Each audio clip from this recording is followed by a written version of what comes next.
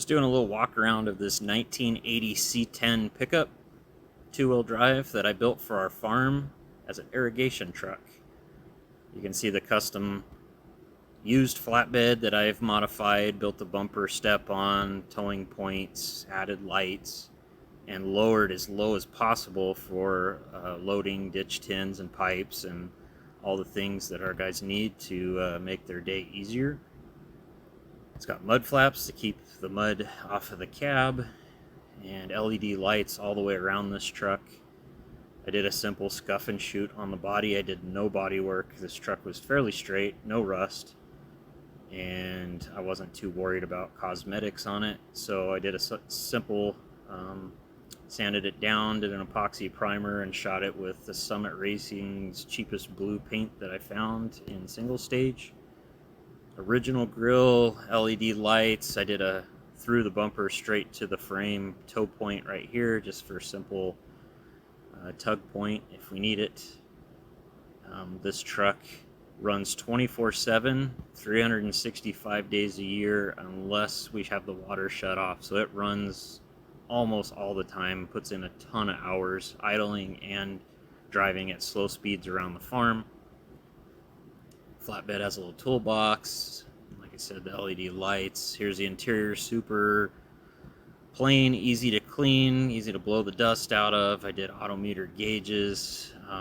They light up well, easy to see. I also did a whole bunch of warning lights for all the functions. So if the engine gets hot, a buzzer comes on and a light comes on. If the engine gets low on oil pressure, a buzzer comes on and a light comes on. All the functions to keep this thing alive have warning lights in the dash and a buzzer that comes on.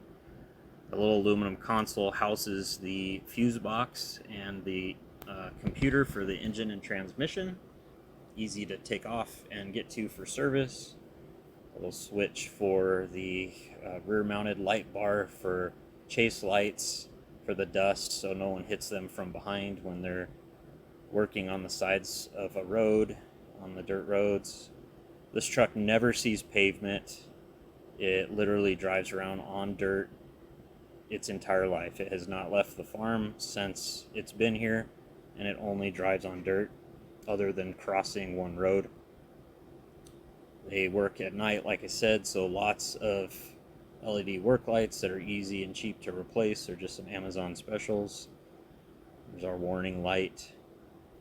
And for the engine, I used a 2.4 Ecotec 4-cylinder, believe it or not, out of a Pontiac Solstice. The reason for this is because we do not need speed. This truck goes 25, 30 miles an hour at its top, and most of the time it's idling around stop and go. So I coupled that with the 5-speed automatic that came in the Pontiac Solstice, and it works really well in this truck. Surprisingly, I have run this truck at 80 miles an hour down the freeway when I was doing tuning on it, and it's a great little truck. And mail order tuner out of Texas helped me tune this thing remotely through HP Tuners.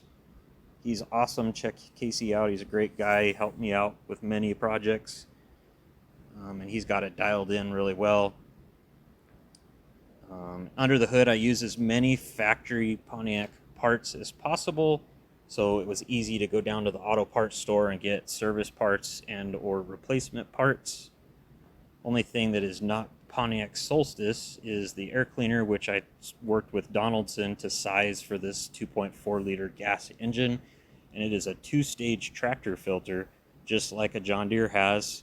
So you pull the outer element out and blow it out, and then when the inner element starts to show dust, you change both of them. And it's worked really well to keep the dust out of this thing. We have a big problem with that with the late model trucks. Pontiac Solstice radiator, Pontiac Solstice fan. Everything works as it should. I did keep all the original C10 AC and heater and adapted it to the Pontiac Solstice AC compressor, and that works really well. I later updated to a Sandin style compressor. I was just having some low speed issues with that compressor. I didn't like some of the issues, and we took out a couple of them, so I went to a standard sand-in fixed displacement compressor and eliminated that issue. So cold air, hot heat, and in a very efficient little engine. I did re-gear it to 488 gears, just because of the speed range that this runs in. It takes more load off of the transmission. I do have a transmission cooler as well. Thanks for checking us out. Have a good day.